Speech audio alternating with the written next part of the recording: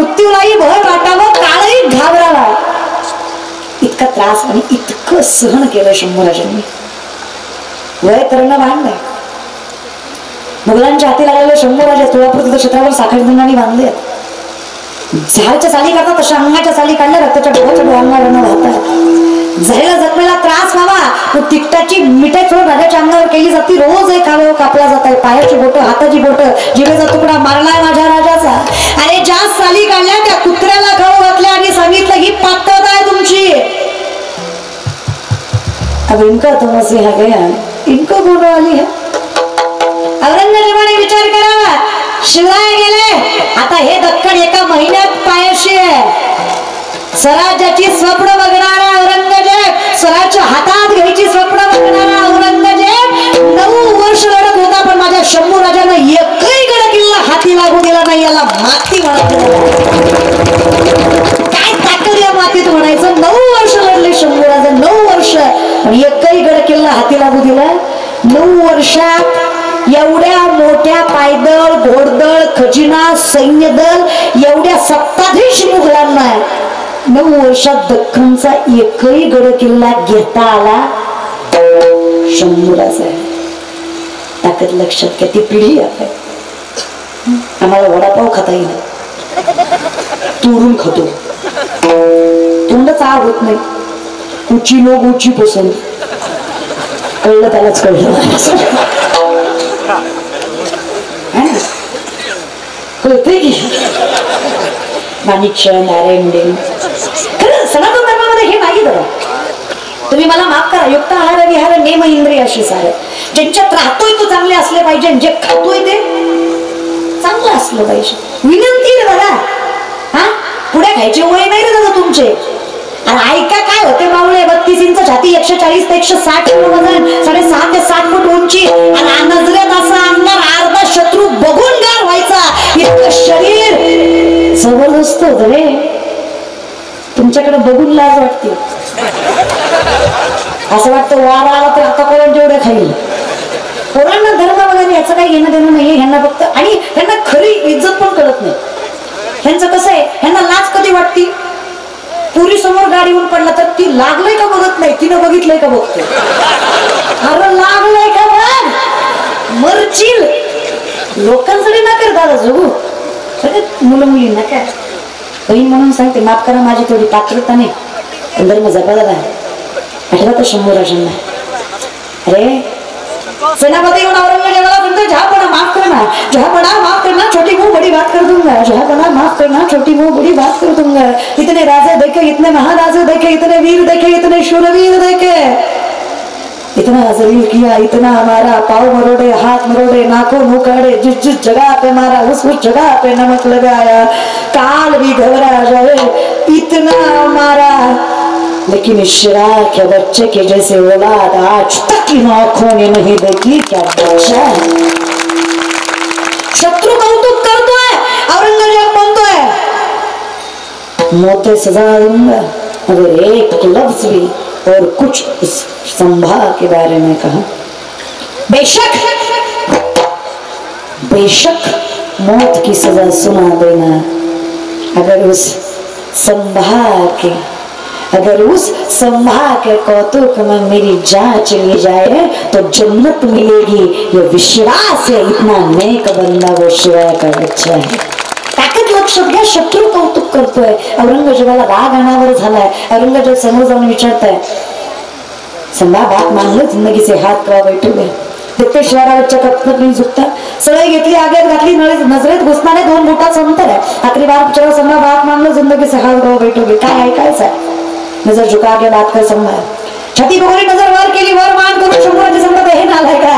अरे काय मारायचं ते मार, काय जीवाची राहिले खर्च ते कर. समज अंगात शिवाचं रथ हेम आहे, तर श्वासात श्वास आहे, तर हा शिवाचा छावा. तुझ्यासारख्या हलक्यात कुत्र्यासमोर नजर झुकवणार नाही, ते एवढं आमची नाही. अरे मार. जेव्हा जेव्हा मारशील, जिथं जिथं शंभूराजांचं रक्त सांडल, तिथं तिथं एक नवीन शंभूराजे उभा राहिल्याशिवाय राहणार नाही. एवढी ताकद या रक्तात आहे. आम्हाला मारशील, आमच्या सामर्थ्याला कसं मारशील. हे घडलंय, हे घडलंय, हे काल्पनिक नाहीये. हे स्वराज्य उभा त्या मासाहेब जिजाऊंमुळे आहे. दोनही छत्रपती माझ्या एका मासाहेब. ताकद बघा.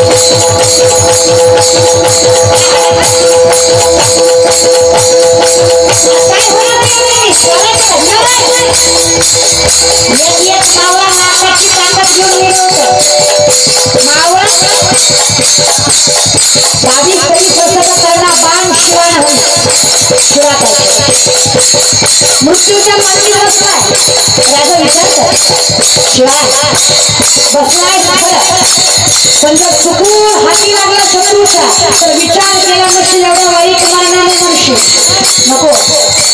आता प्रत्येक मावळा जर माझ्यासाठी प्राण सगळा लावत गेला तर स्वराज्य मिळवून तरी काही करायचं ते पहिलं बाण सोडलं म्हणलं काय बोलतो आवाज जिंदगाने येऊन एकच पण बघितलं म्या शिवबाराजाला बघताय काय सांगायची शिवबाराजाला कधीच सुटून भारी वाटायचं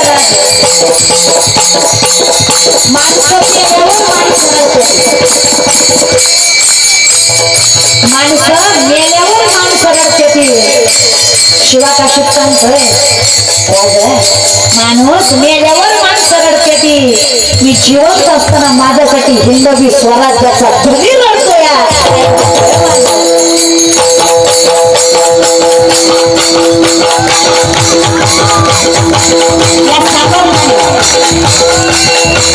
या खालसाने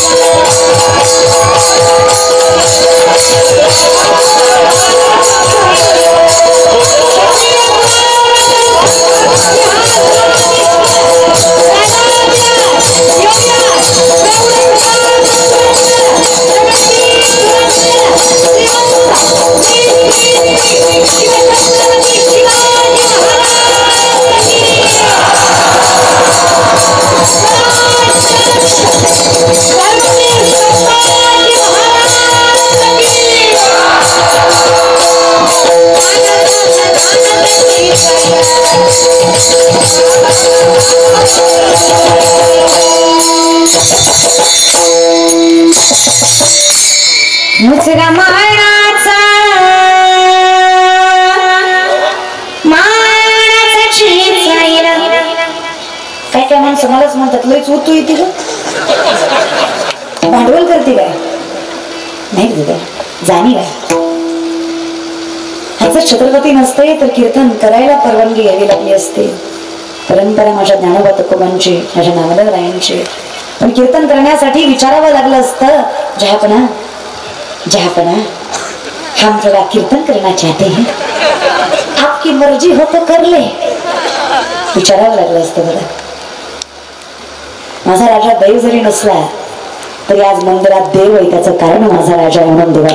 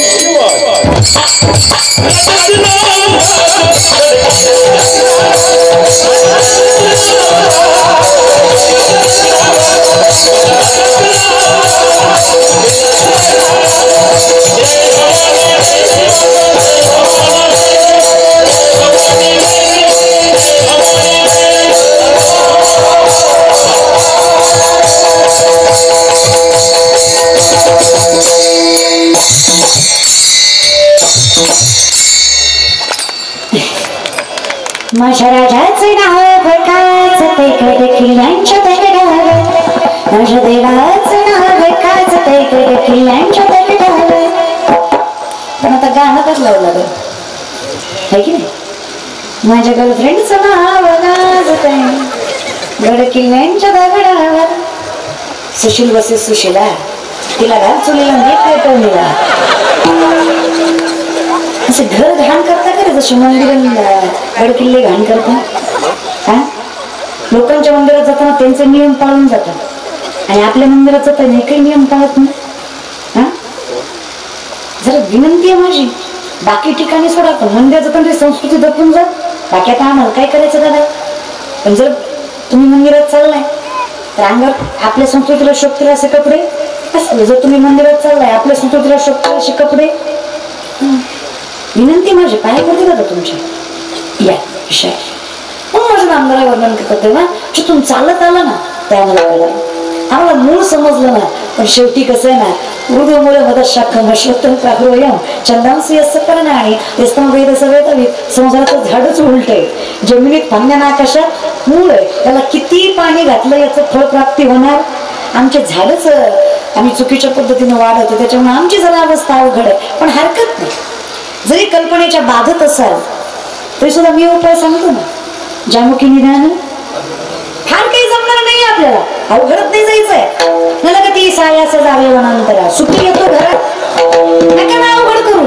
कशाला करताय, सोपं तरी करा. हरिमुखे एवढं तरी जमेल का नाही. जिथे असाल तिथे, ज्या अवस्थेत असाल त्या अवस्थेत देवाचं नाम तरी जमेल का नाही. तर देवाचं नाव आहे रे, पाप देत नाही. मला सांगा, मध रागाने खाल्ला गोड लागत नाही, लागतो का नाही. विष प्रेमानं पिलं मरत नाही का. घरी गेल्यावर पिऊन बघा, सकाळी कळतंय. मध आहे तो गोड लागणारच आहे, विष आहे ते मारणारच आहे. भगवंताचं नाम आहे तर सुख आणि समाधान देणारच आहे, कारण त्याच्या तेवढी ताकद.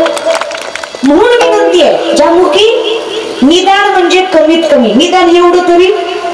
कारण ज्याला मिळालं ते लाडावले, राजस झाले. कसे झाले, कारण राजाची कांता लाडवलं की काय होतं, अहंकार येतो. आणि अहंकाराचे तुम्हाला सगळ्याला प्रमाण माहितच आहे. रामेश्वर शास्त्री असले काय, बम्माजी बुवा असले काय, इकडं चांगदेव महाराज असले काय महाराज, इकडं गोरबा काकाच्या ठिकाणी ज्यावेळेस कळालंय की नामदेवरायांना अहंकार झालाय, महाराज सगळ्यात निष्ठावंत भक्त. पण काका सांगतात, बाबा तुमचं मडकं विसोबा खेचरांची भेट आहे. विसोबा खेचर मुक्ताईचे भक्त. ताकद लक्षात घ्या बरं का. मुक्ताई कुणाला म्हणावं? पहिले भक्त संग्राम महाराज, दुसरे भक्त विसोबा. भक्त म्हणण्यापेक्षा शिष्य म्हणूया आपण. शिष्यत्व ज्यांनी स्वीकारलंय. नामदेव राया ज्यांचे भक्त शिष्य, त्यांचे गुरु मुक्ताईचे शिष्य. ताकद लक्षात घ्या बरं का ज्ञानोबरांचे, मुक्ताईंचे, संप्रदायाचे. मग आम्ही विचारलं देवा हे सगळं शक्य होणार आहे का? सगळं शक्य होणार आहे. तुम्ही बाकीच्या गोष्टींमध्ये जाऊच नका. फक्त 4 माणसं खोटं बोलली की खोटं खरं होतंय, त्या खोट्याला खरं मानू नका. हे कलियुग आहे दादा. इथं मी काय तुम्ही काय एखादी गोष्टी चकमक दिसली की मानतं माणूस खरं. ही कल्पना आहे. म्हणून माझी विनंती आहे, नामदेवराय म्हणले ज्याला खरं कळालं, ज्याला सत्य कळालं, ज्याचं कुळ हरिदासाच्यात आहे, वैष्णव आहे, नवे नवे त्यांच्या कुळात वैष्णव आहे, त्यांच्या कुळात हरिदास आहे, नामदेवरायांचं मागणं आहे. मागणार नामदेवराय, नामदेवरायांचं मागणं आहे देवा. आता अकल्पाचा शब्दशः अर्थ घेतला त्याची कल्पना करता येणार नाही एवढं. म्हणजे नसणे, ज्याची कल्पना करता येत नाही एवढं. आणि शास्त्राने घेतलं तर एक कल्प म्हणजे 1000 वर्ष आयुष्य. ताकद लक्षात घ्या. मग अकल्प आपण शब्दशः घेऊया, ज्याची कल्पना करता येणार नाही एवढं. एकट्याला द्यायचंय का? नाही. कुळाला द्यायचंय. कुळ कधी संपत नाही. हे सगळे पुण्यवान झाले त्याचं कारण आहे फावे तया कुळा माझिया सकळा. प्रत्येक जो हरिदास आहे त्या प्रत्येकाच्या कुळाला अकल्प आयुष्य. नामदेव जगाच्या मालकाकडे मागणी करतात, अकल्प आयुष्य भावे तया कुळा माझिया सकळा.